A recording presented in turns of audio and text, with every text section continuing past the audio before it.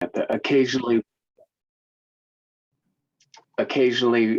some members of the public do ask for a local recording. So we'll see if we have that request here today.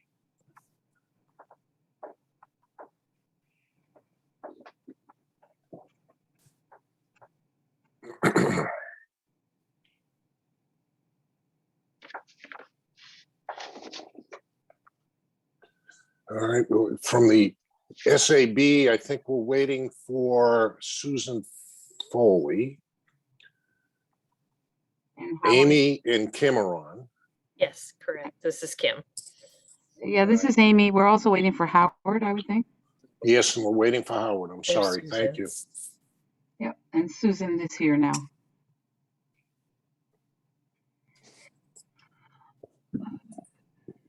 Hi, Joe. Yes, I'm here. Susan. Oh, hi, Susan. How are you?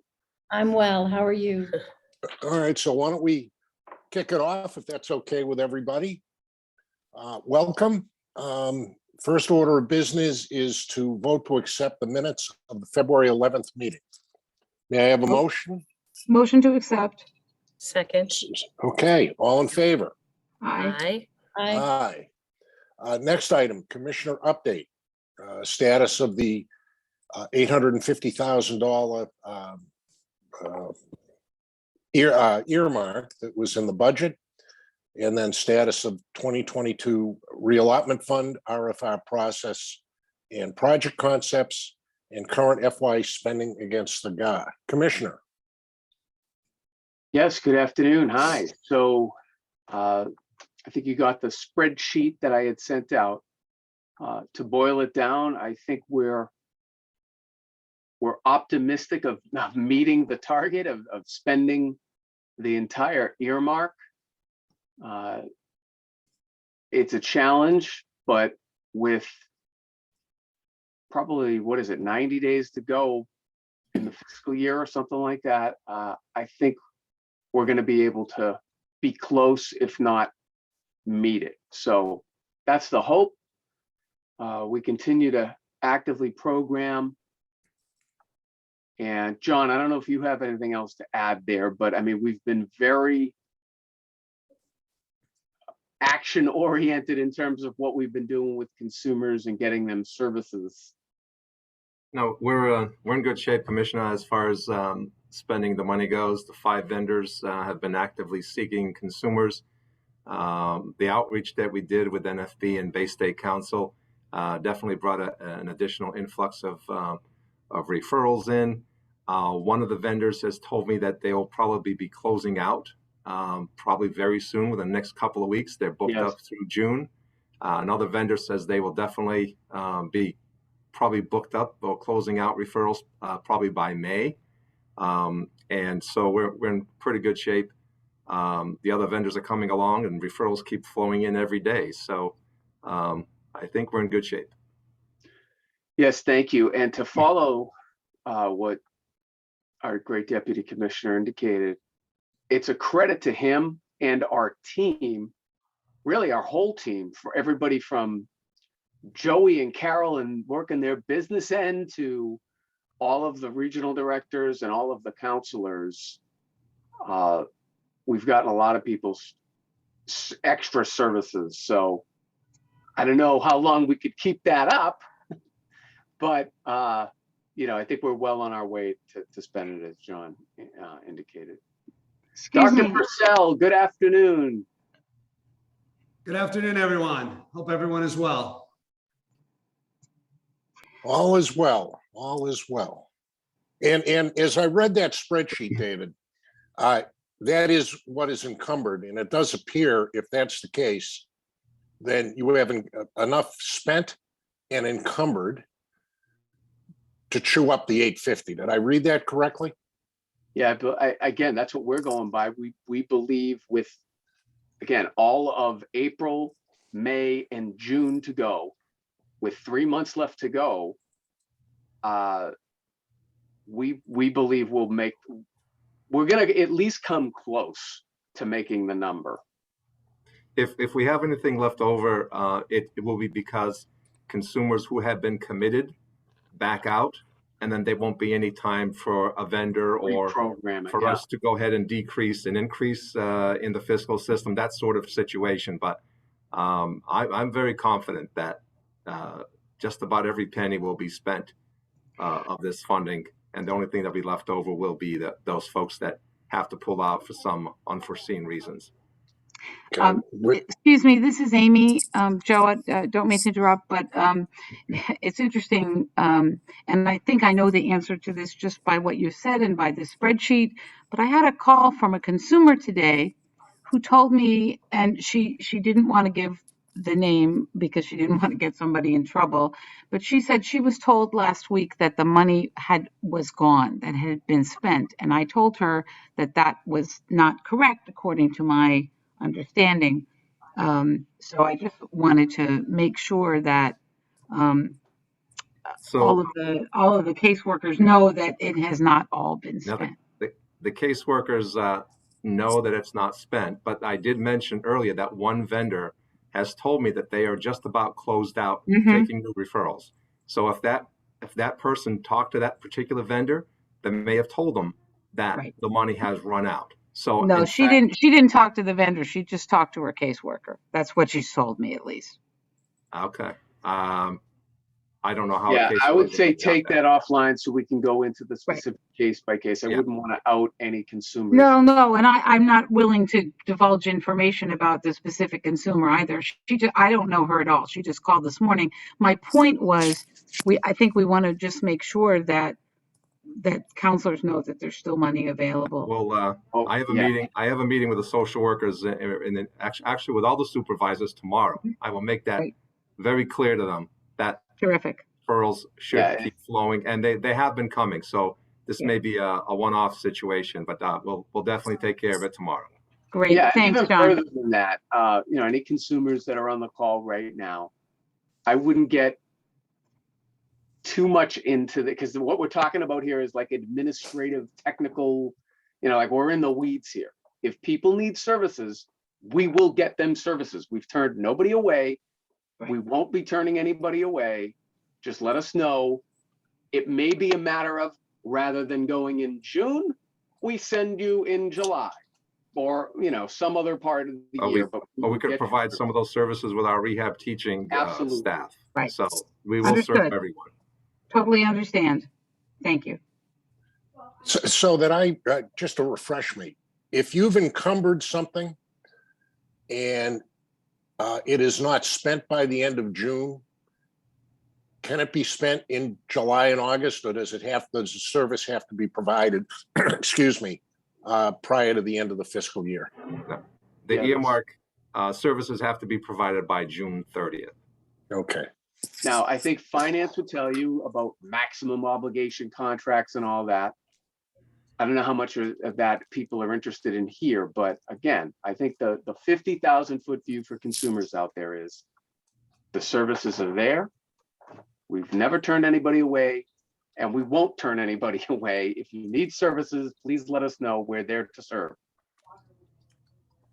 Commissioner, may I ask a question quickly? Sure. I'm still going to play the new guy card here. So if it's a bad question, you can shut me down and we can go offline. No bad questions from you, Howard. This one might be, but I'll try.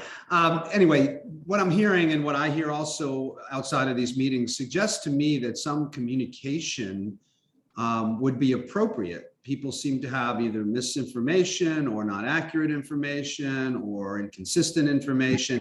So I guess my question is broader in terms of communication, in terms of the way we communicate with both the consumers of the products as well as our people internally.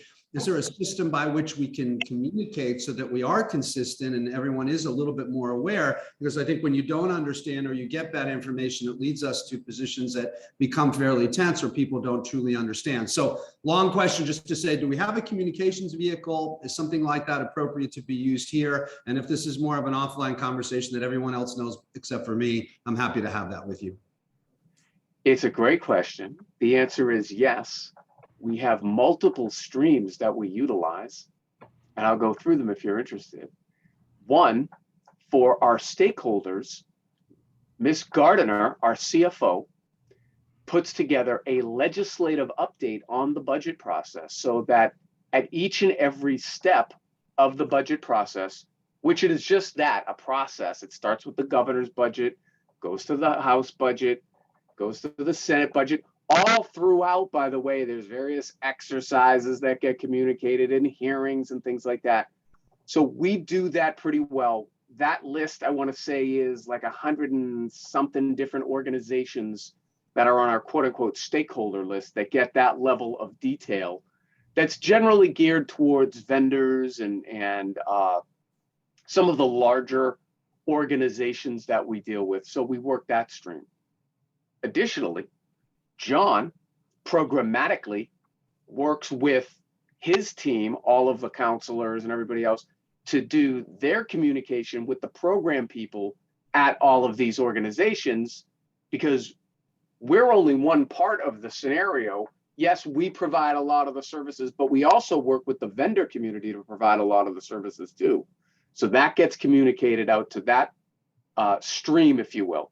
And then additionally, we have the public stream where we have several different channels: social media where we put out messages, our website where we put out messages, our constant contact email where we put out messages, all of the events that we do where we put out the messages. We have town halls and stakeholder meetings open to the public, put that out.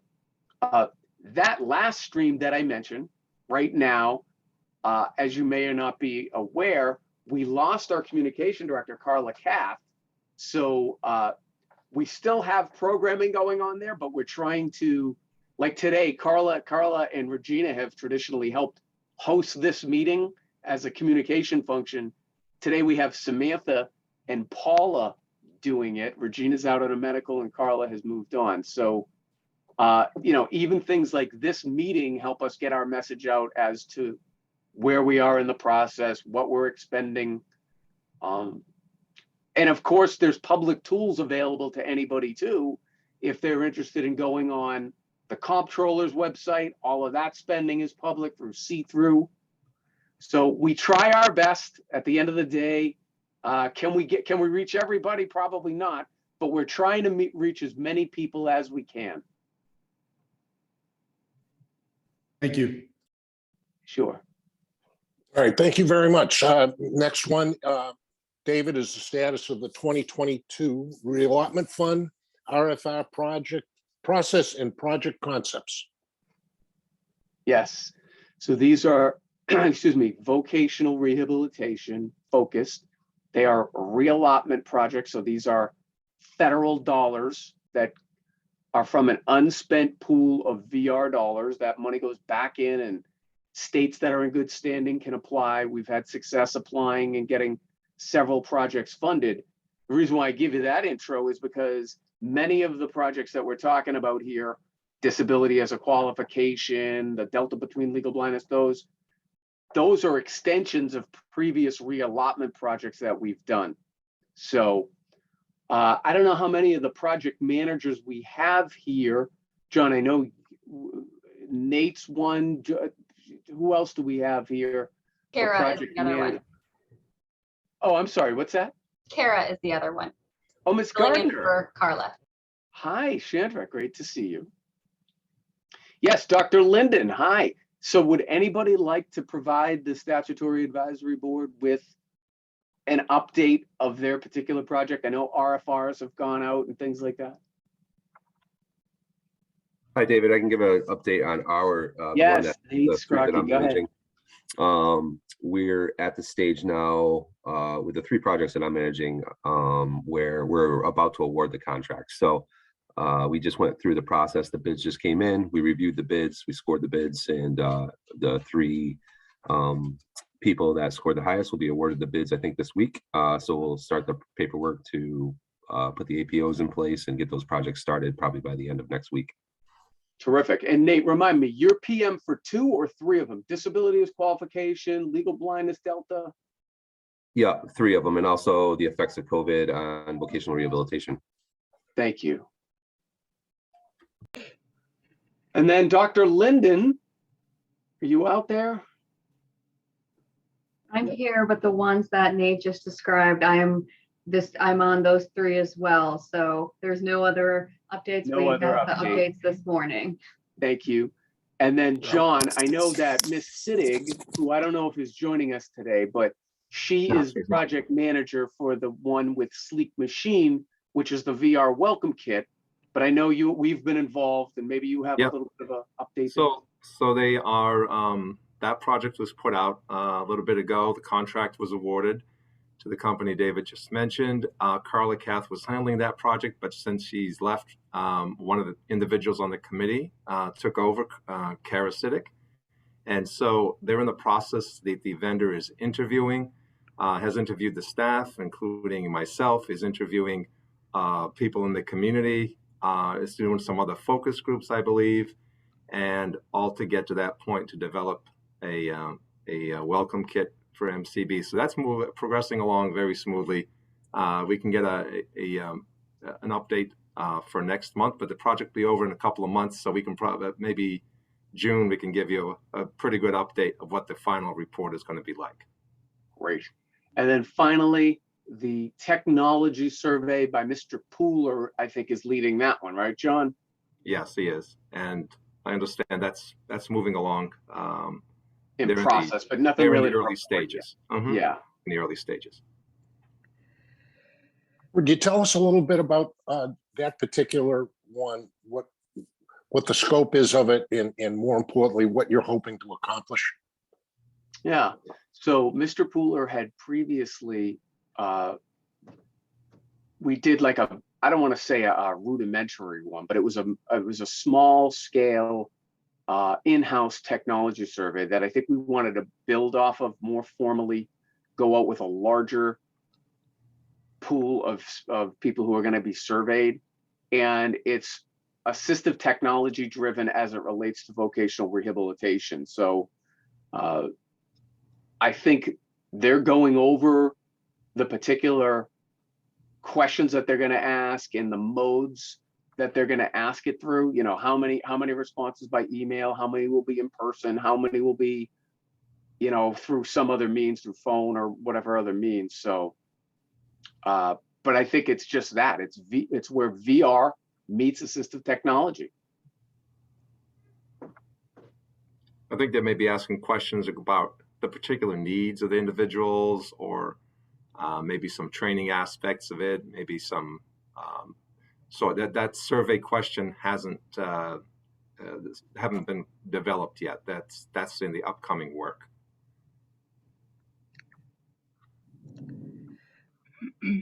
So would that cause you to, you know, perhaps based upon the answers, to either increase training or decrease training or modify training? Depending on the results. I mean, obviously we use all these to guide what we do based on staffing constraints and other factors.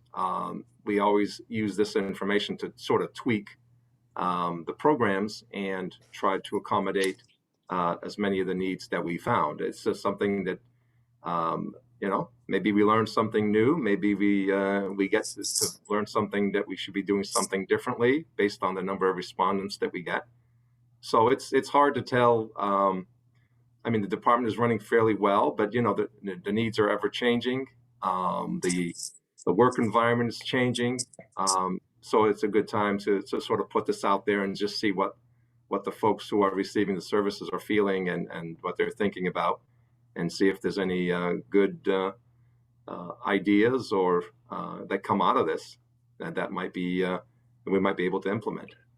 Have other VR agencies done similar studies? And do you have access to them when you go to these conferences of rehab agencies? Do you like swap and share stuff? A bit. I mean, so we had done a technology survey previously. I think this one now is taking it to the next level, you know, bringing in a consultant, do it in a more of a pedantic way. And, you know, but yeah, I mean, there's the WinTAC. We look at those types of things all the time. Generally, though, when those come out, they're not going to do what we're going to do. Like they usually have like a couple questions is like a big deal, like a finding. This is going to be this is going to be pretty comprehensive. Go ahead, John. Is it something that you would share with other VR agencies? Oh yeah, Yeah. we'll share. I mean, we've shared every. Correct me if I'm wrong, John, but every reallotment project that we've done, we've shared. No, all the projects that are used with federal dollars, agencies are able to ask us for it, and we're able to offer them if they want to share it. We make it available to them if they want to share it. Sometimes the agencies present some of these projects at the NCSAB conference or CSAVR for the general rehab agencies. So some of this work and some of the smaller work groups sometimes want to look at this sort of thing. So when the consultant comes on board, they'll also do a search around the country for any other similar surveys that have been done, so they can look at those results and help form the direction that we want to go in. So yeah, they certainly can be shared with other agencies and other conference presentations, whatever it may be. All right, well, that's good. Go ahead, Susan. This is Susan. There's been significant amount of work on AT and VR, and there's been NIDLR funded and RSA funded grants. One of the things that you could be able to do is search NCRTM, it's the National Clearinghouse Rehabilitation Training Materials that researchers load up on, and NARIC as well. But there is a significant amount of work on this issue. And I think what MCB might be contributing is what's specific to Massachusetts and this population of people served. Yeah. And it would contribute. But I think one of the things I would request is, as these projects complete between now and September, perhaps we could have the contractor or someone from MCB present to the SAB on the findings of each of the initiatives. I think we did that last year after the fact, but it would be good to see what you learned and how it's going to change what you do. Well, sometimes it takes us a bit of time to review those results and see how we can fit those into our programs here. So, sure. Well, that could happen in a staged way across. Yeah, we could certainly share them with you, but sometimes we look at these things and we have to figure out how is it possible, or how can we put that in and implement some of those ideas and some of those findings that came out of that. So, sure. Well, perhaps this group might be able to weigh in and give you some ideas. Sure. I just wanted to add also, a lot of times just through the process of doing the projects connects us with other entities across the country, because the contractors are reaching out to try to get information. They want information back from us that a lot of times sparks conversations and talks of best practices. And what we've found often is we are leading in a lot of the different categories, and people are coming to us for advice on how to implement things and how to connect with clients and those type of deals. So that's been very refreshing through the process for me, being somewhat new to the agency and new to the process, is having these conversations with other, whether it's just groups or agencies across the country, or in some cases the world. When we're talking about inclusive design, that was an entire worldly view, that in a lot of cases us in MCB in Massachusetts are leading, and that's very refreshing to hear as well. You know, one of the examples of that would be the small business project that we did last year. I mean, self-employment, sort of the NIB collaboration came sort of using some of that data to reach out. And so we have used it in the past. On just Friday, this not a reallotment project, but Joe Buzon and I spent an hour on the phone on a Zoom call talking about our internship program, how to develop interns and how to develop folks to reach out to employment and how to build up their resumes. So we're always talking to other groups or participating in different events that to try to push out some of the findings that we're finding. That's good. Current FY spending against the GA. Yes, I noticed that our wonderful CFO has joined us. Ms. Gardiner, hi. Would you like to talk about this? I certainly can. So the GAA is the General Appropriations Act, and that's the actual past budget. So we compare the spending in the spreadsheet that we provided to you against that. So you'll notice column E is the FY22 GAA numbers. Column F is the year-to-date expenditures. That's what's spent year-to-date. Column I is the year-to-date MARS encumbrances. That's what is obligated or reserved. Once we have an APO in place, that's what reserves that money so that we can't get in danger of overspending throughout the year. And then column J is the year-to-date total committed right now. So we've got that outlined for you on per each appropriation.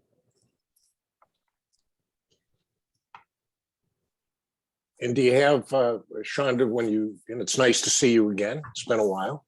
Are there any areas where you believe we're not going to spend the entire GA? If you're sitting doing a magic look Yeah. at it now? You know, I would say there's a couple exposures there. I know that, for example, in the DBES account, we're having trouble finding placements at some group homes.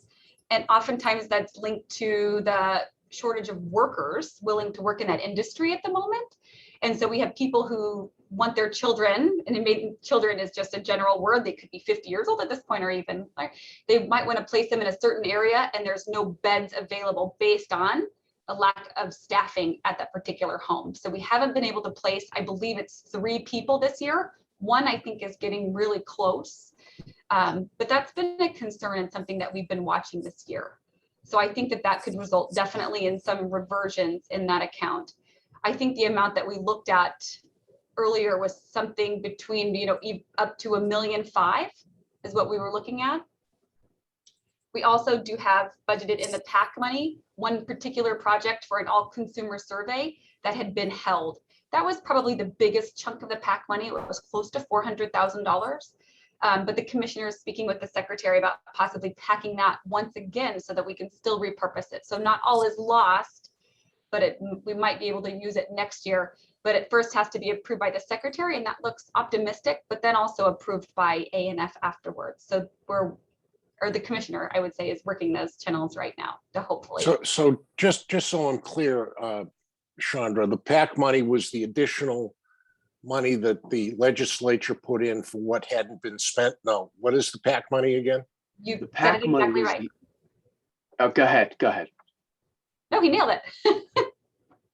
So it's at $874,744. But just to be clear, that's from 20. That's not from last year. That's from 20. No, that was FY21 dollars that weren't spent. So we packed it forward Right. 1 year to Okay, sorry. FY22. That So was you paid- calendar year 20. And That then what was the project that you were gonna, the $400,000, what was that again? Yep. So that's we had done a survey. We had done 2 years in a row. This was going to be a 3rd year, and it was going to be even larger. But some 509 members had raised questions about one of the questions in the survey. So we've held to get clarity there. When we get clarity, we'll be able to hopefully move forward. And what was it for? I can't, if I missed it, I apologize, but Like, for example, I had given you a survey previously that indicated internet usage and, like, you know, who has an email, how many consumers have emails and things like that. and that was $400,000. Did I hear that right? That's what Just we, about. yeah, that's what we were thinking it was going to cost. I can't recall what we spent in previous years, but the sample size that we were able to achieve was a pretty small amount. And so we're hoping obviously to increase that, Right. which would obviously cost more money. I think the year one we did with HSRI was, I think it was like 80 grand or something. I forget, Chandra, we'd have to look it up, but I would, but off the top of my head, I thought we only received, 120 right. surveys. Responses. So the Yeah, goal is to raise the amount of responses, Okay. or Thank you. completions, we should say. Representative sample. And then in the 3010 account, you feel pretty good that you'll be able to spend the allotted money, the state money that's in 3010? Yes. Okay. You know, I don't right now. I know that spending in this account has been really slow. We've been trying to move as much of the federal expenses onto the state side. We're seeing less expenses there. And then every time we get VR claims reimbursements, those go to the top of the list, meaning that we can't spend the state dollars. We have to use the federal VR. Yeah, right. Yeah, right. I remember that. Yeah. We'll come close in that account. The big thing, as Ms. Gardner indicated, is the DBES. One or two significant movements in that account can equal hundreds of thousands of dollars. Right. So we're trying our best. Okay. Any questions from the SAB? Susan, Howard? Yeah, Amy, Joe, Kim? I'm Susan. I'm scrolling through the Excel spreadsheet and the data's all corrupted on columns G through J. So I'm wondering if there's a way to resend it. It's not filling out for G, H, and I. Oh, interesting.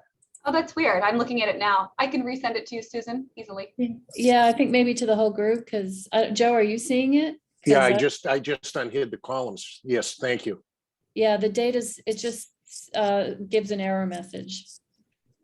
Sure thing, we'll do. Thank you. Anyone else? All right, program updates, dashboard on registration process and outcomes. Yes, so we've been working on this, trying to be able to show our consumers the rate at which people are being registered, consumers are being registered. So we've gone back and forth many times with HHS, trying to get a simple yet comprehensive way to do that. Nate, do you want to share what you've been working on in our latest iteration of that? Yeah, sure. We're working on a number of different, I guess, just graphics and information pieces that show the number of cases coming in and cases going out, basically, either from day by day, week by week, month by month. And we're just trying to really pull together the best way to make it simplistic for people to quickly look at it, understand it, and understand what cases are. It's not, it can get very complicated because of the way cases come in and they sit in different buckets as they're processed and go out. So really, we're trying just to show what's coming in and what's going out the easiest way possible. And kind of where we're at now is a image that comes out of OnBase directly that shows a pie chart where all the cases sit. So very similar to the numbers that I present you, which is a snapshot. So where you know how many are in the quality control bucket, central registration bucket, fax and need verifications. It shows very quickly where those are. And the other thing that we're looking at is just a graph that shows the number of cases that are in process per day. So you can kind of see the life of how the cases are as well. Okay. You were going to drop in, Nate, the 2019 year-to-date registrations in the spreadsheet. Oh, the number of for 2019, just the total number of registrations. Yeah, that's that top on line 7. Yeah, I can do that very easily. Yeah. Yeah. If you could do that for the next time, we'd appreciate it. So the total registrations for 2019.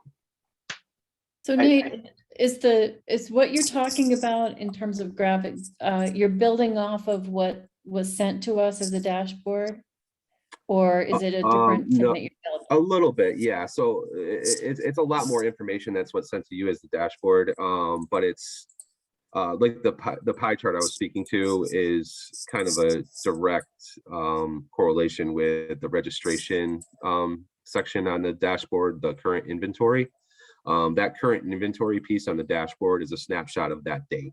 So that's where how many cases in process are in those different buckets on that day. And that fluctuates from day to day.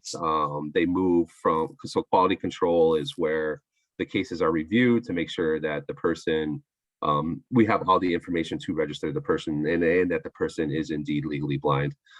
Central registration is the bucket where it moves from the on-base program to our case management system in Aware. Fax, mail, and email are cases that come in just that fashion that need to be entered into the system, into the quality control bucket, and it goes through that process. And needs verification is cases that need additional information for us to make a decision. There might not be enough information on the I-report to, or there might be conflicting information on the I-report, and we're working with the providers to get that information to process that case. Thank you. And I know we talked about it at the last SAB meeting, and the numbers that we were sent are from the 210. Were there numbers from 210 and beyond? Oh, those are snapshots. So those numbers update by the minute. Yeah, no, I understand that. This was the data from last SAB meeting. Is there data from since that February 10th date? Yeah, the 324 day is the data from I took another snapshot As of last week. Yeah. Do we have that? It's on the like what form. we were sent. Am I looking at the wrong form? I guess Yeah, I'm looking at the wrong form. My Hey, do apologies. you want to That's share okay. your screen or show them? yeah, I can show you guys. Yeah, that's no problem. Samantha, can you allow? Okay, I've got it, but yeah, that would be good to share the screen so we're all looking at the same thing. Yeah, that's no problem. Yeah, and I think Nate already has the co-host, so you should be able to. Thank you, Samantha. Mhm.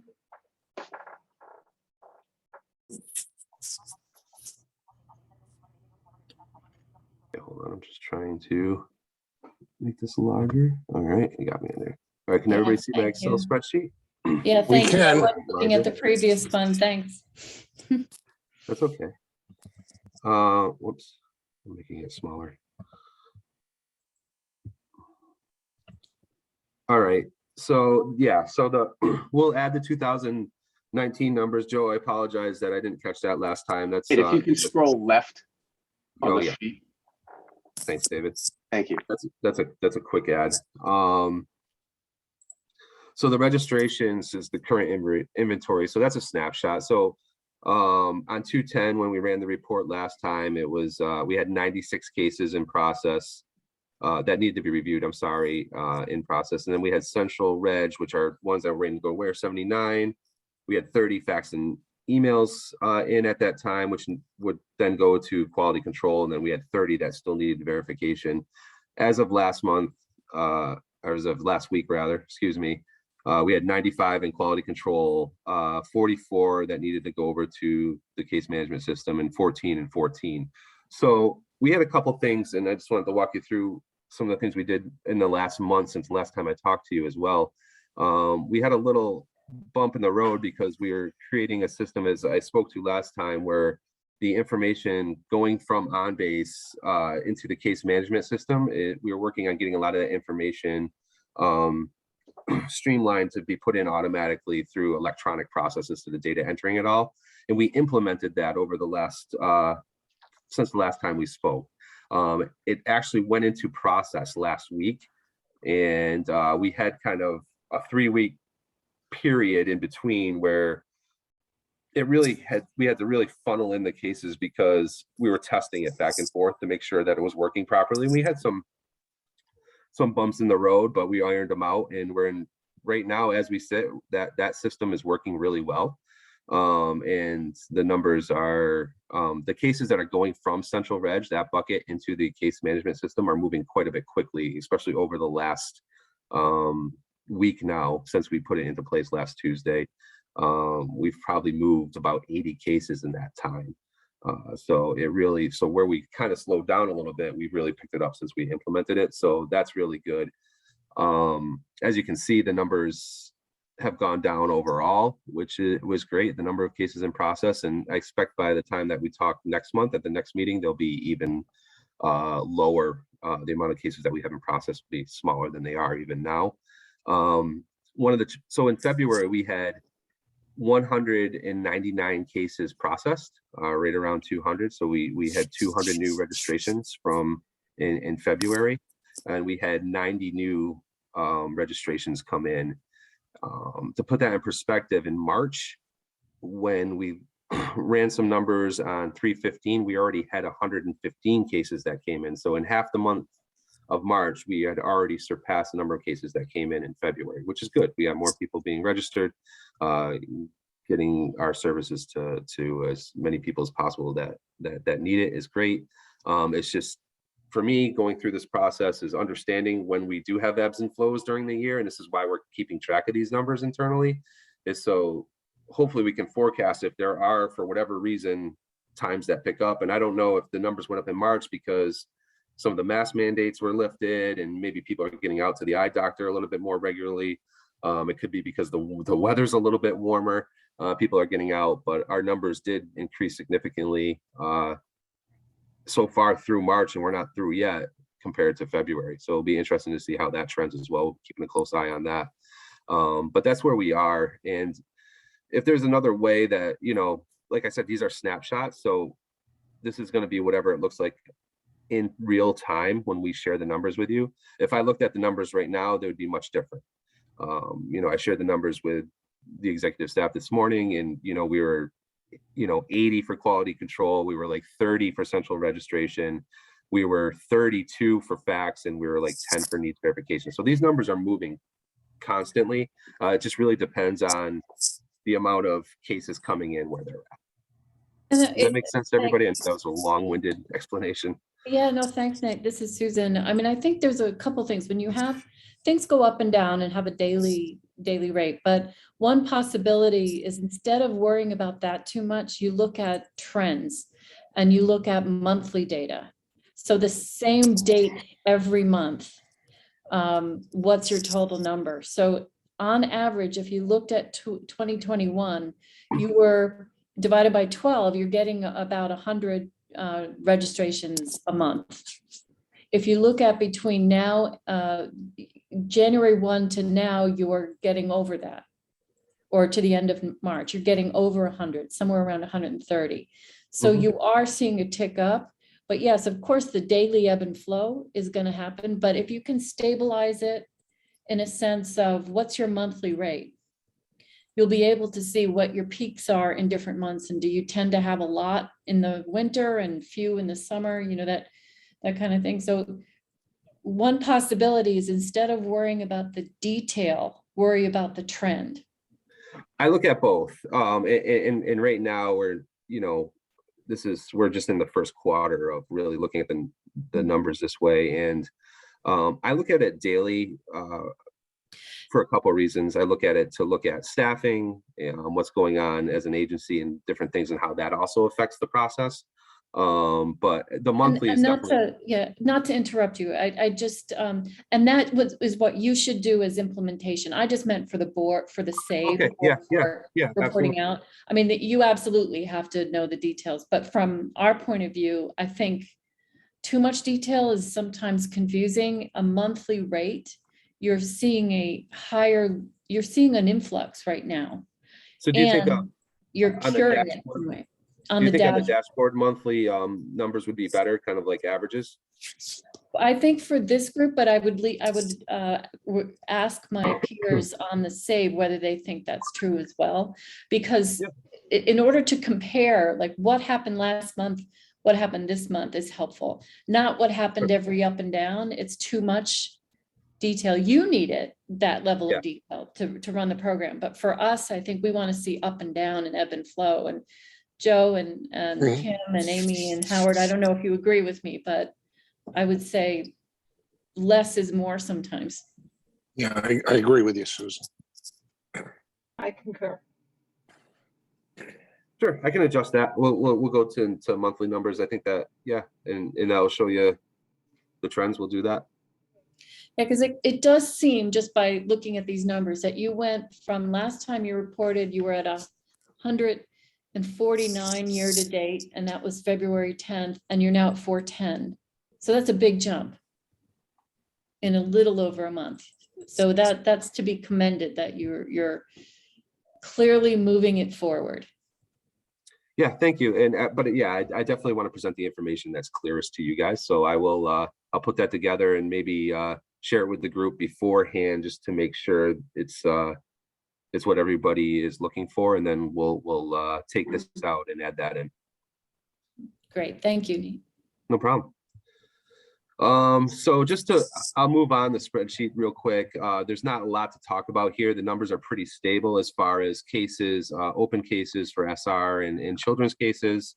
A little bit of a bump in SR adults, but that's because, most of our cases that we register are SR, and we did register a big bump of cases in the last month. So that's why we're seeing that. VR adults open cases went up a little bit to 50, pre-ets just 1, just transition youth down 2. Can I ask you a question there, Nate? Yeah, sure. Transition youth are youth that, how are they different from pre-ets youth? Sure. As your group? Yeah, I can explain that. Pre-ets youth is youth that are in an educational setting that do not have a degree yet. Transitional youth are youth that are outside of an educational setting. Okay. It might be working to something, so it might be a high school dropout or something like in that nature. So that's why that number is much smaller. There's just not nearly as many in that situation. Yep, thank you. You're welcome. Closed cases, SR children, we're up to 20 this year, 208 for SR adults, and status 26 successful closures for VR cases. We're at 76 this is for the fiscal year, not the calendar year, and then 58 other closures for the fiscal year, and we're at 585 cases that have been referred to support services at this point. Just a quick question that I know that last year was a good year for status 26 closures. Yeah. It does seem to be lagging a little bit this year compared to last year. Is there any particular reason for that? So we're about at 50% at this point. So what Nate has there are the figures up until probably last week. There are a number that are going to be closed later this month after they clear the 90 days. And then there are others that will be moved into employment status before the end of the month. So yeah, it may be a little different as far as the numbers go. So I'll look at those numbers closely, and I'll give you guys a better report next month. I mean, right now, that given vaccinations boosting, less severity of cases, are you starting to see a more quote unquote normal flow of consumers getting direct services? Well, I mean, if anything, VR consumers are down. I mean, it's not an influx, and it's just steady. The overall referral for consumers to VR. So it's a pretty steady group coming through. So to hit that same target that we hit last year was probably going to be a challenge, but we're hoping to be close to it. And it depends on the pickup, on the employment situations that we come to. We've had some home employment. We have a conversation with the Amazon distribution center in Westboro. They've already hired one. They may be looking at hiring others. We're doing an in-service there in the next couple of weeks or so. So we keep trying and moving things along, and there are new opportunities out there, but there are other opportunities that are not there that might have been there in the past. So sort of like I look at it maybe as a transition year where we are looking at other opportunities and trying to see what's stable. And companies are the postings that we see coming through the different job sites that we monitor. There's a lot of postings there. It's again, we don't have enough consumers ready to meet all those situations. We have a lot of folks still in training. Hopefully we get a good number of hires, folks coming out, graduating in May, but those folks wouldn't be counted till next calendar year, right. Next fiscal year. So because the count for VR begins in July. So June 30th is the closure that we would count for this number that we're looking at here of 76. So I'm anticipating we'll have a close number to last year, but it may be a transition year that we're down a few, but you never know. There are also a number of consumers, and I can think of 3 that come to mind that have obtained jobs and have not applied to the agency for any services and have done it on their own. We have at least 2 that I know that were hired by the state and chose to use the reasonable accommodations process at the agency to get their technology and to get what they need, as opposed to coming to VR and looking for that service. So that's a choice that people have. And as consumers become more independent, and especially if it's a consumer who's been blind for a long time and had gone through several jobs, they may not always come back to the agency for those job retention cases or those new job openings. They may just pursue their own accommodations that are being offered through the company or through the government agency. And so we wouldn't get those closures. So we have to take some of that into account also, that maybe all consumers, they're getting a little more educated. They understand how to work the system, how to get the accommodations they need, and they are choosing to use that route as opposed to coming back to the VR system for the agency to provide the technology and for that employment opportunity. John, can I ask, when you describe those 3 consumers, are you talking about them as consumers with an IPE, or No, are they people no. that you know of that never? I'm talking about individuals who I know that are blind through other interactions in my life, and the 3 of them have obtained jobs and did not choose to come back to the agency because they felt they wanted to use the process that the employer had for them to obtain their accommodations. So they have been prior clients. They have been prior clients. Oh yes. Yeah. So I mean, your performance outcomes with Q4 earnings, and I mean, it's not just about closures anymore. It's about I know. about earnings. And these people got good jobs. I was hoping they would come back to us for something, but they were fine. They got good jobs. Yeah. They didn't need our help. That's great. That's what we're trying to do. We're trying to teach clients to fish, not always come back to get the fish, right? So if they think they know how to do it, and they know how to work the reasonable accommodations process, then let them go to it. We've empowered them to do that. That's great. That is great, but it does help you if it's within your Q4 outcomes. But I guess what I'm suggesting, it will down the road, yes, and possibly other things. But I guess what nationally VR cases are going down. Yes, I mean, that's a national trend. That's not just here in Massachusetts. That's a national trend. And I know that you guys have been very much trying to do marketing kinds of campaigns and things like that. So I guess one of the things we talked about in a previous SAB meeting was how to see if all the marketing that you've done is changing in the number of people that are applying. And I'm not sure that you can necessarily do that with these numbers yet, but one suggestion that came out from a previous SAB meeting was to try to connect whether your marketing efforts that you invested in with the reallocation funds were leading to any increases or differences in eligibility. So I wonder if that's something that we can consider. Do the numbers that you have give you any evidence of change? Obviously, marketing takes a long time to get into people's minds. So maybe someone that saw that radio ad didn't have a vision problem, but in 3 or 4 years might have a vision problem. So they might remember that ad or that social posting that they saw. It's difficult because we're in such a small niche to see any real jump that goes up.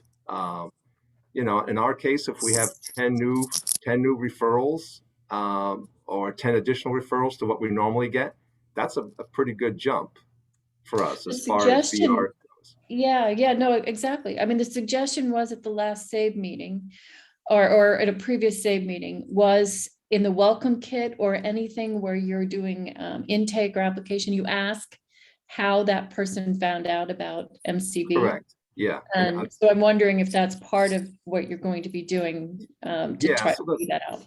Right, the welcome kit will obviously be reaching out to individuals that are registered with the agency, and we can put something in there about how you found out about the agency, but a substantial amount are going to be through their doctor, and a small amount might be that they heard about it and then they went to their doctor. So we'll have to scope that out a little bit, but it will take a bit of time to Understand. see that. Yeah, it's understandable. I mean, you've put such an investment into those efforts. It would be good to see what the outcomes were.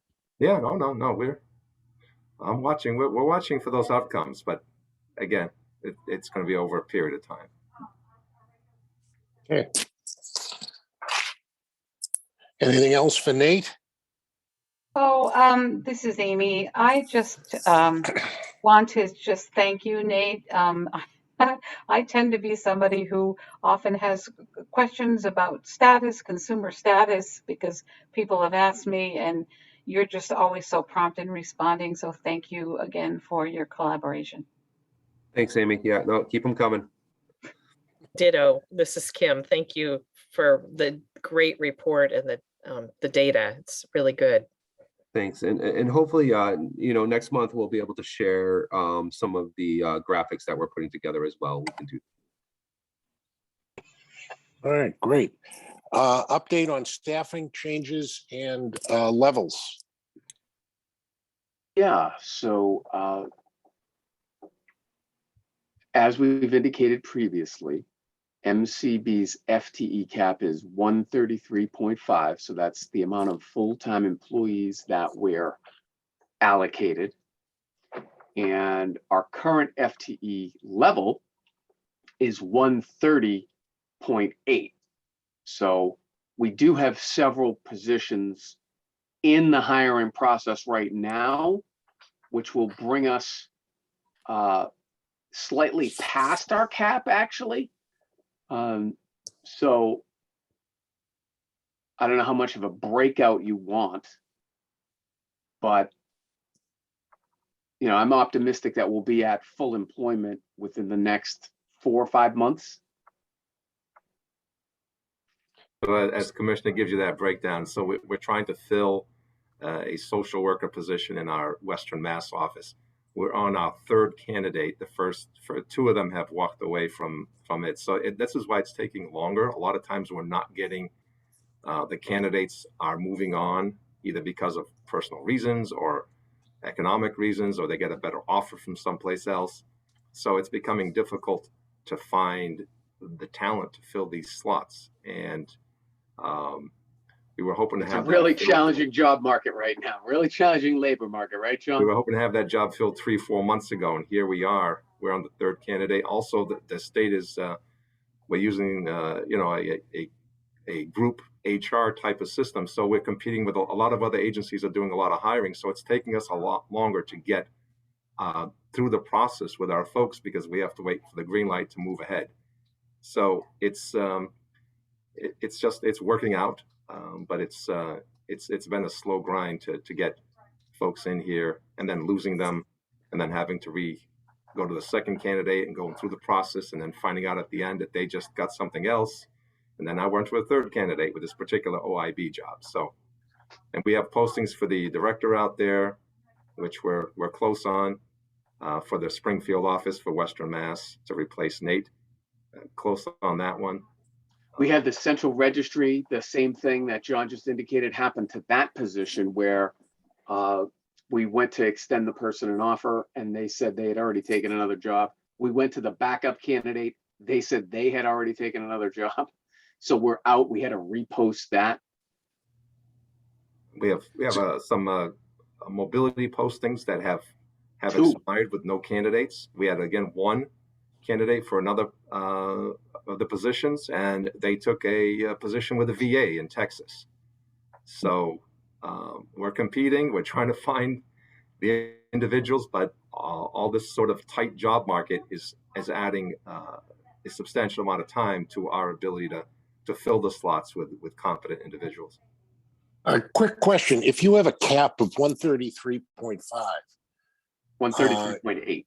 I'm sorry, 133.8. Is it up then to the commission on how you fill that 133.8. So in other words, you know, if you decide, well, I need 2 more O&M people, then you can move it from G&A to O&M, or is it 133.8, which consists of X number of rehab teachers, Y number of O&M, you know, X, Z number of G&A types? Yeah. If- Over if- the years, and John, I think you can speak to over the years, but since I got here, it's been very consistent. Like positions have basically stayed where they are. There's been 1 or 2 that we've moved, like the OIB to the O&M piece. That was as a result of a retirement. You know, so the central registry piece, that's an ad that was raising our cap. I asked and got approved to raise our cap and to get another FTE, which means now, you know, that's going to be put into your house one projection and your, you know, all your maintenance exercises and all of those types of things. So it's been very consistent. There's a few different tweaks that we've made or we're making. So I don't know if that answers your question, Joe. Yeah, I mean, so you manage it though within the agency pretty much. Yes, I mean, but we've got to get approvals and, you know, for the most part, like there's union implications and everything else. So for the most part, it's very consistent. We do have a little bit of flexibility, but you got to make the business case for it. You know, there's a whole big behind the scenes process to doing it, requisitions and. Yeah, there's also federal or state funded positions. So we can only have so many federal positions and, you know, they being counselors or whatever they may be. And then we have so many, for the amount of dollars we have, there's so many state funded positions. So we have to stay within that. So we can move positions, but they have to stay within that account. Otherwise, you're restricting who they can serve. You can't move a social worker into a VR account. We can't. Yeah, that has to be pretty straightforward. If you use a rehab teacher, you have to time allocate so Let's that put it this VR way. clients are. There's a lot of constraints. There's more constraints than there is. So to do something and show flexibility takes great creativity and planning. So we've managed to do a little bit of that. Good. Susan? Joe? Yeah, can I, so if you're down about 3, that seems like not too big of a jump, but you're having trouble recruiting. What's your risk? Are there a lot of people close to retirement? I mean, what's your plan for retention if you're having trouble replacing? Yeah, so we do monitor that. And right now we have, I don't know what you'd clarify as significant. To me, significant is losing any talent. So I'd say right now we have a significant amount of people who are already at their max retirement and could, you know, at any point in time, just say, see you later. We're a mature agency that way, which I think is a good thing because we have the wisdom and many years of experience. But it's challenging because you're right. When that walks out the door, how do you fill it? And especially in this labor market. So we've had discussions, we'll continue to have discussions. At the end of the day, though, we can only hire if there's an opening, if there's a slot to fill. So it's not like we can just build some bench and just wait for them, just, you know, go over our cap and wait for people to leave. It doesn't really work that way. So I think this year we're slated to lose between now and the end of the calendar year. John, what is it? It's 2 people we've identified, and maybe there might even be another 1 or 2. Yeah, there's 2 or 3. Retirement. But again, you know, even though when they hit their 80%, they may not go for 6 months, or they may not go for a year, or they may go right away. So it's hard because we've been trying to work with our mobility, orientation mobility instructors, because 3 of them were scheduled to retire around the same time, you know, within the same year. And we posted those postings early. We tried to see what we could, because we knew the process was going to be a long process. And we haven't filled one of the instructors retired in January. We haven't been able to. We were close, but we haven't been able to replace her yet. Despite our trying like real concerted effort. I mean, we're getting candidates. The candidate that we found was going to move here from California until Texas. The VA in Texas took her away. We have other people applying, a majority of people from out of state that are looking to move here. But the tricky part is that when they move here, then other factors come into play. When they start looking at the real estate market and the rental market, it becomes an issue. Finances, they want the top salary. We have to get a lot of permissions to even offer a higher salary than normal. All this takes time to go through.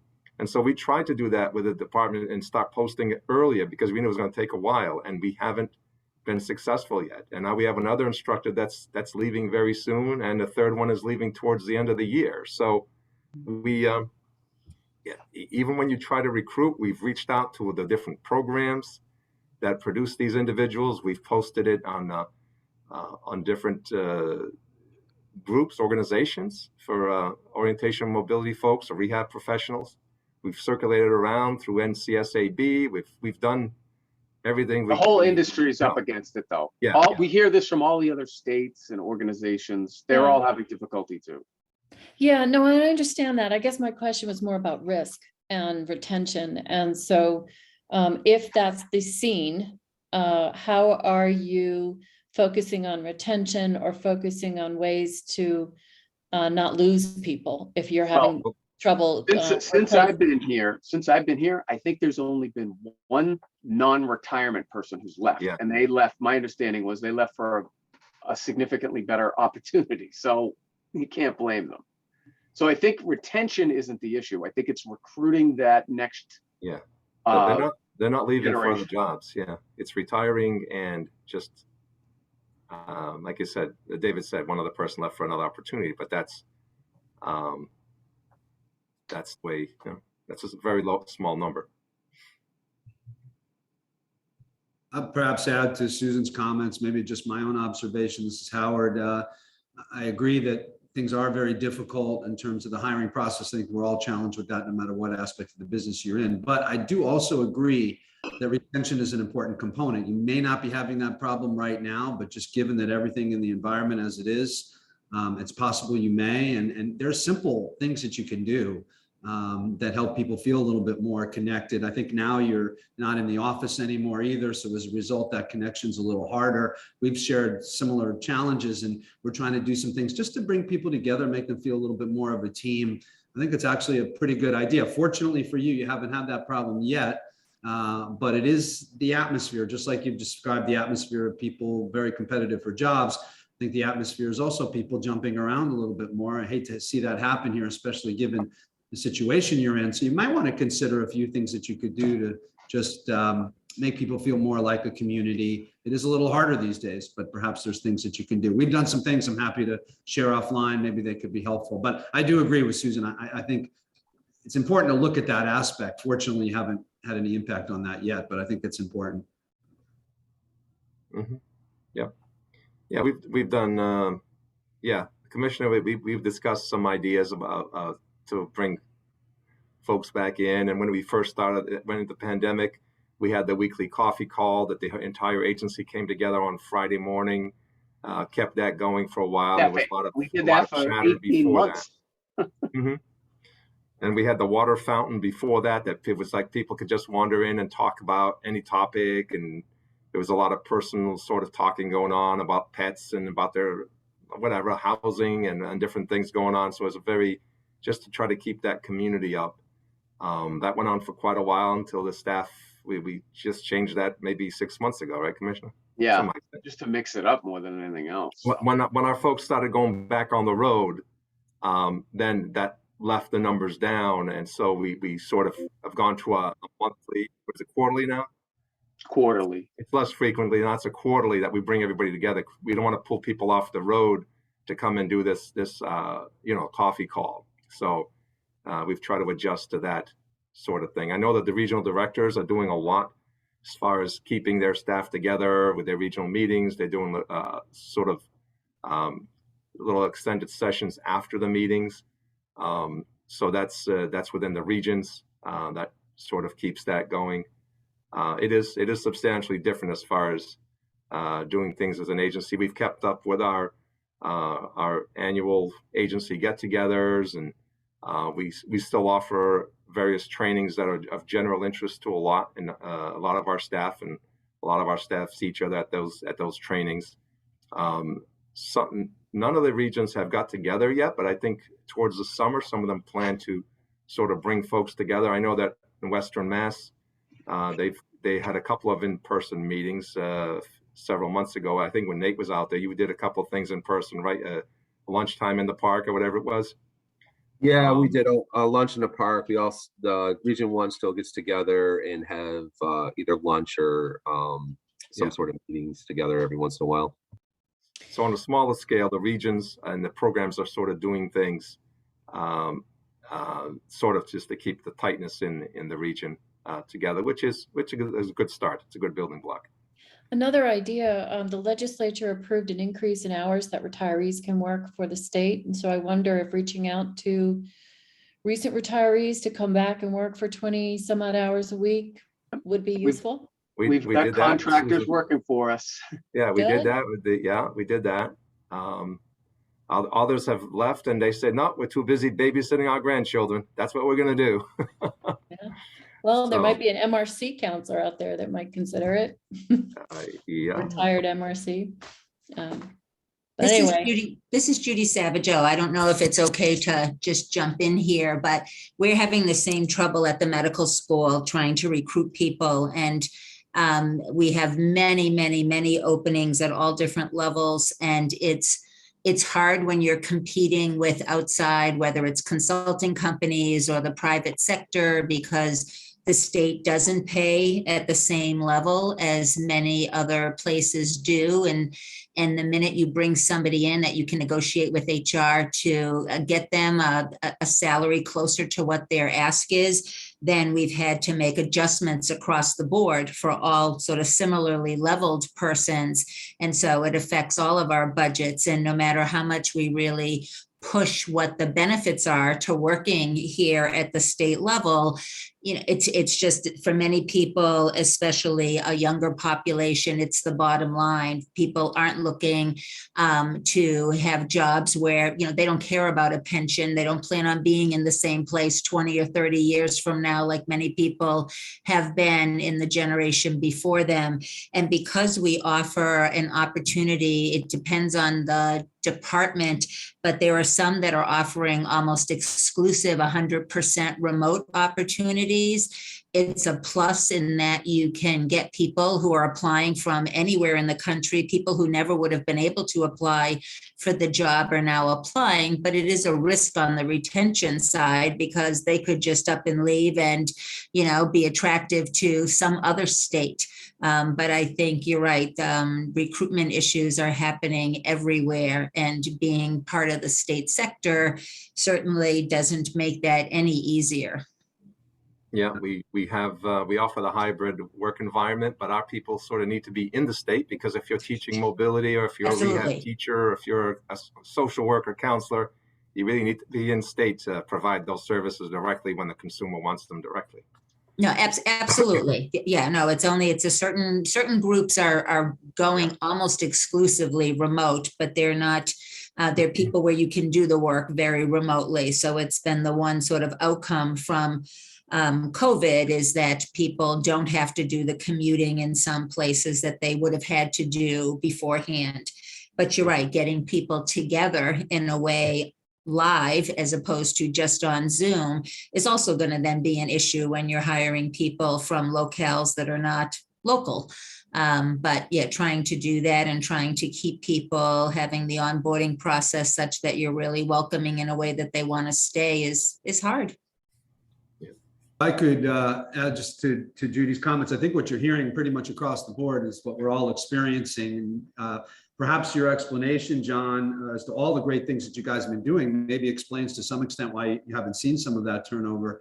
But I think you should do your best to try to keep doing some of those activities that keep people part of what's going on. The other piece that we learned about, and I suspect being employees of the state, maybe this exists, but any sort of mental health support we can give to our teams as well. Is that something that MCB offers to its Oh, employees?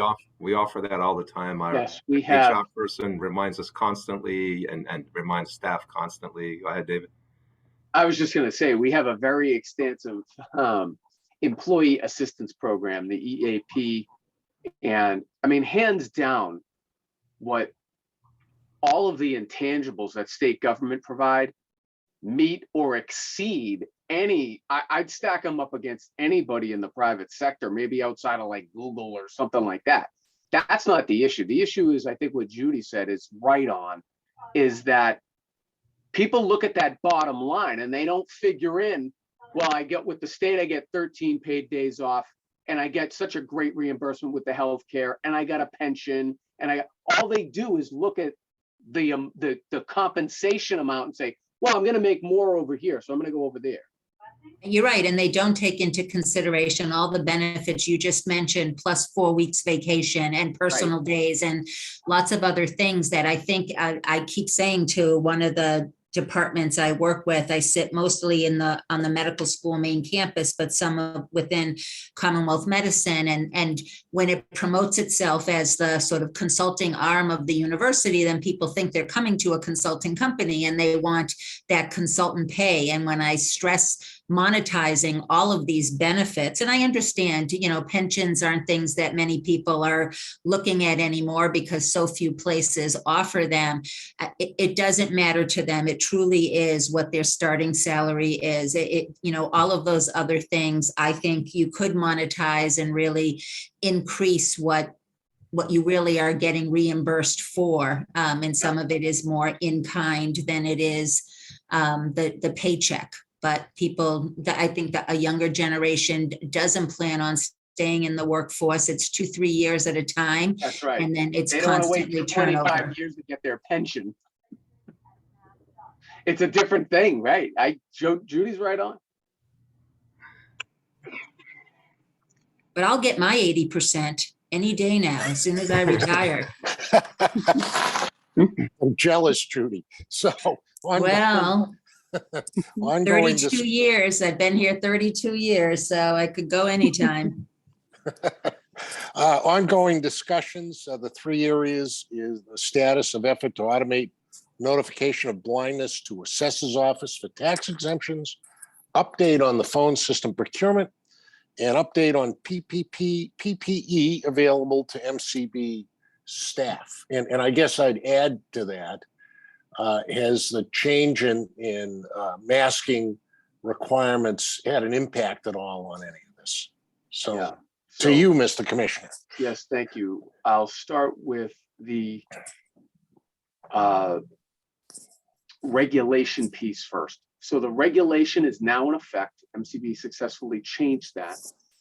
Thanks to Lauren, thanks to the people at HHS and administration and finance that helped us, because that is a long, circuitous process. We didn't have any commentary from the community, positive or negative. There was no comment. So I think we take that as a good thing, in that we had messaged it well and let our stakeholders know and everything. So we've subsequently had meetings with the Department of Revenue's Division of Local Services and are working on a few different aspects here.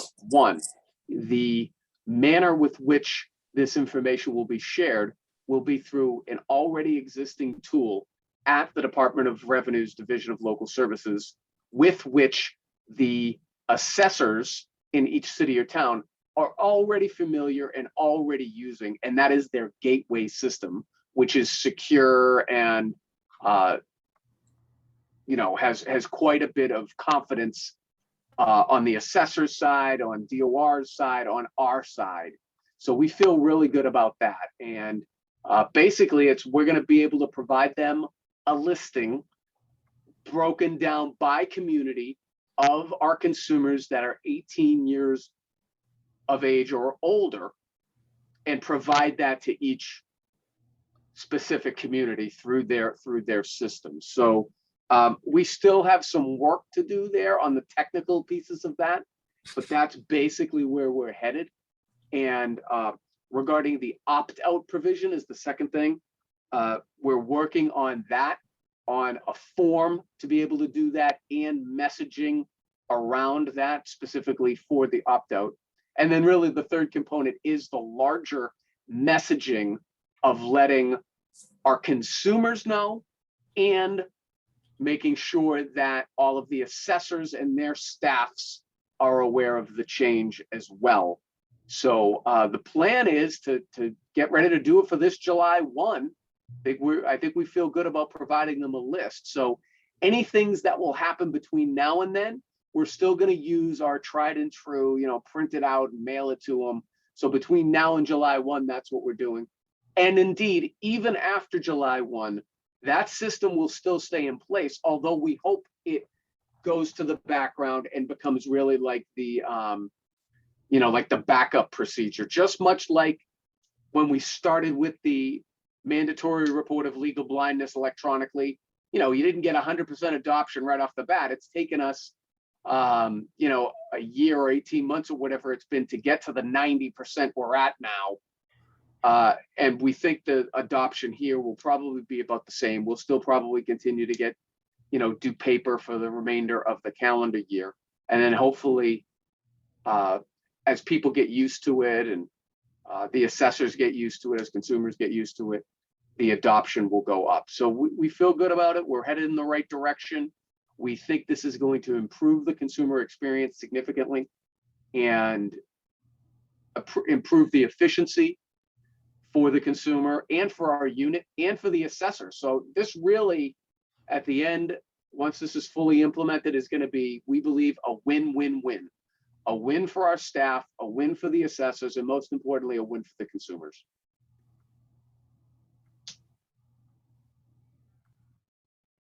Any questions? All right, phone system, David. The phone system, again, is progressing. Ms. Dragoge, Camilla, is heading that up for us. She's the project manager there. We have engaged with Konica Minolta Business Systems that they outline the statement of work that we're working through. That involves talking to stakeholders. Out of like the 5 different stakeholder groups that we outlined, including 509 and other things, I think we have completed 3 out of the 5. The remaining 2 are events that we're scheduled to have. One of them is, I want to say, next Wednesday, and then the next one I think is the following Wednesday. So we'll continue to get messages out there to try to get people to contribute and tell us the features or things that they want out of a new phone system. And so again, that's with our vendor community, with our our business community that we work with on business to business, our consumers, and then other stakeholders that we work with. So we're trying to solicit all of the groups and get their input, at which time KMBS will put those requirements together and turn them from qualitative input that we've gotten from the general public type of thing and turn them into technical specifications that they can hand off to the IT people. And then we can go out on a procurement. So we're optimistic that that procurement can start sometime within, we're hoping like 3 or 4 months is the goal. So just to refresh me, David, this does not come out of the MCB budget, or it does? No. No, it was it's, well. So it's a little trick. So yes and no. Yes, in that there was money set aside for it. No, in that it's already taken care of with. So because there's 2 components to it.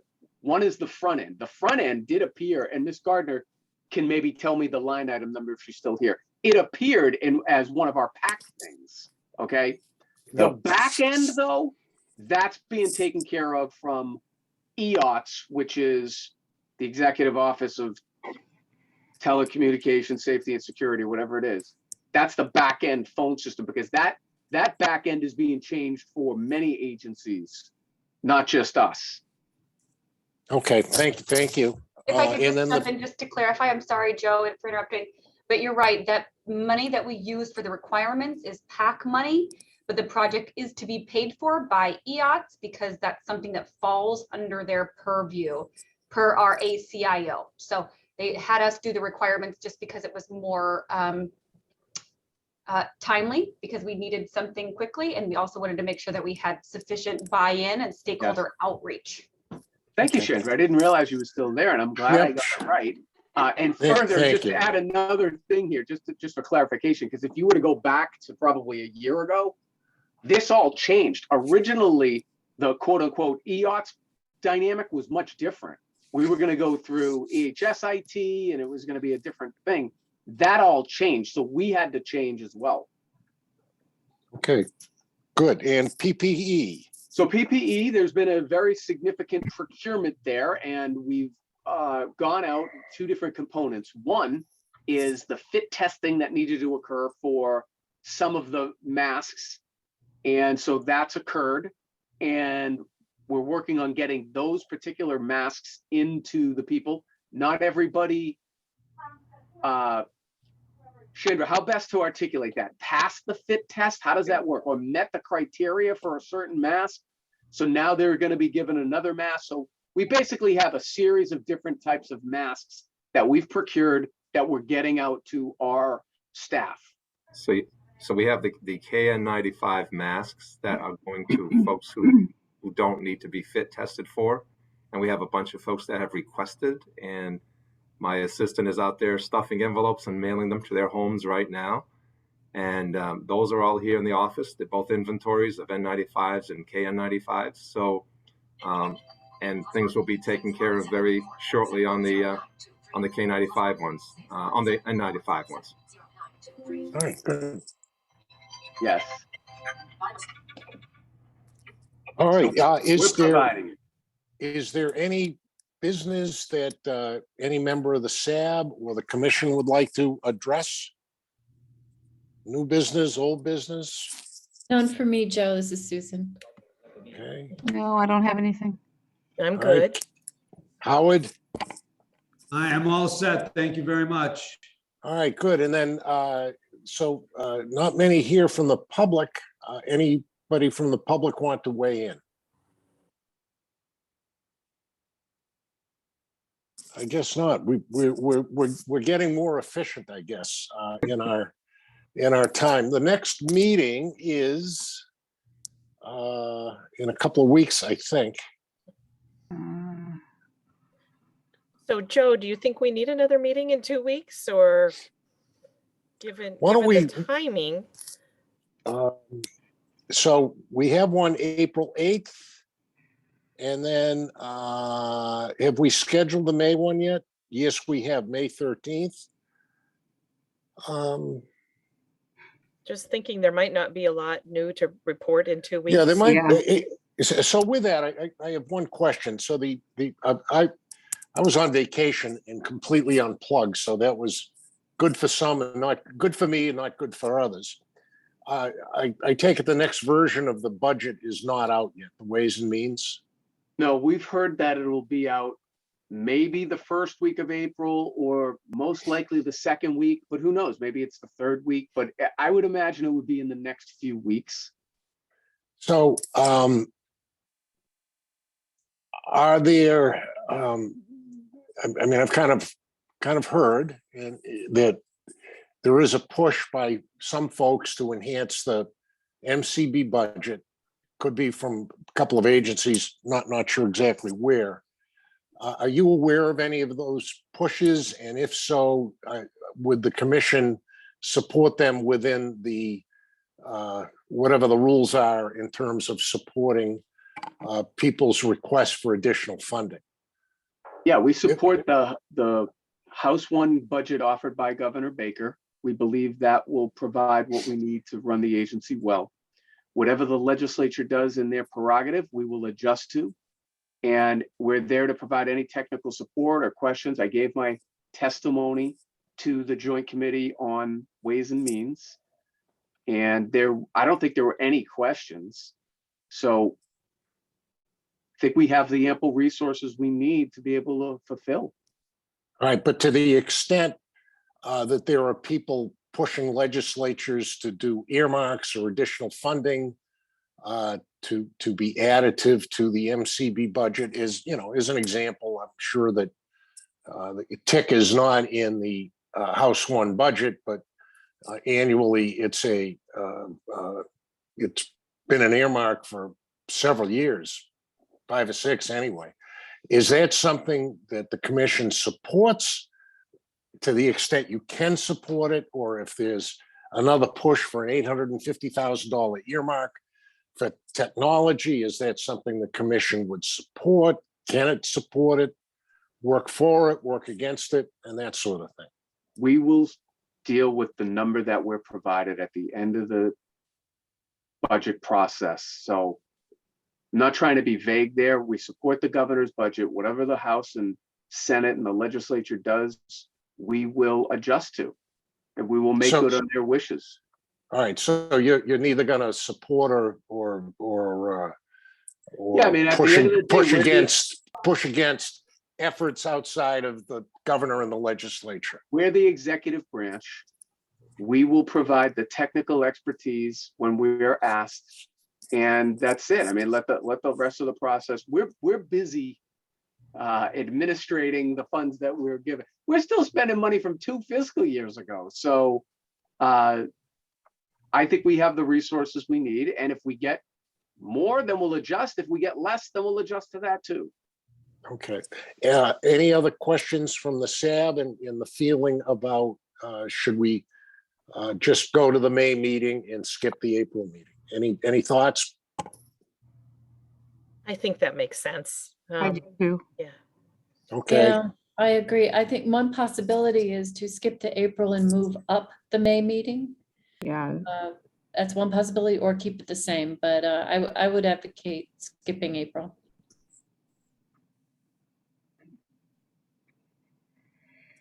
All right, going once. Going twice. Let me just check one. And what time is the meeting on May 13th? They're always at noon. They're always All at right. noon. Thank you. Sure. And I know I'll be traveling that day, so it'll be a little bit of a trick. But what do people think about moving it up a week?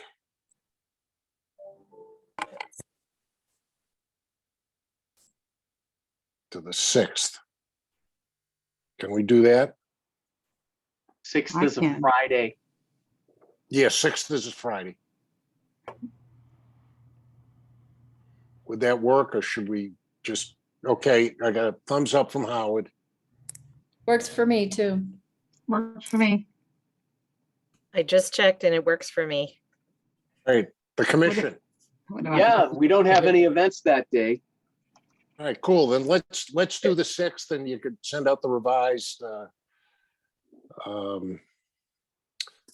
Zoom and whatever notifications you sent. And Okay.